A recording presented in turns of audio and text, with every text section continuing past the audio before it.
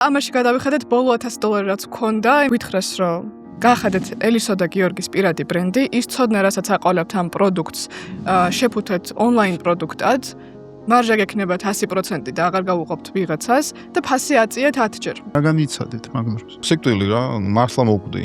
აი, გავშერგე ნაღამ, სანამ აი მართლს მივცემდი, ანუ კანკალებდი. ვერ უმალო მაგას. ძალიან ცუდად ვიყავი. ხო, კანკალით გავაკეთეთ, იმიტომ რომ ხვდებოდით, რომ თუ ასე გავაგრძელებთ, მაინც საჭმელში დაგვეხარჯება, გავრისკავთ შეიძლება დაგვეკარგოს, მაგრამ ანუ გამოსავალი ის არის, რომ აშკარად არ ვიცით რა ვაკეთოთ, უფასო ხერხებით და წიგნებით რაც გამოწველეთ ეგ არის, მაგრამ რეალურად ცოცხალი ადამიანისთვის ამდენი ფული არ გადაგვიხდია ფორმალური განათლების იქით, რომელიც და გრანტებით დაფინანსებული ესა და ნაკლები. ამაზე არავინ არ გეხმარება და ზუსტად აქედან ერთ თვეში აი პირველი გაყიდვა რო იყო 900 ლარი და ეს 900 ლარი თავიდან ბოლომდე ჩვენ გვეკუთვნოდა და 30 ლარი ქონდა დარჩენილი და ეს 900 ლარმა ამოგვასუნთქა და ერთ თვეში მაყევი ახლა რა მოხდა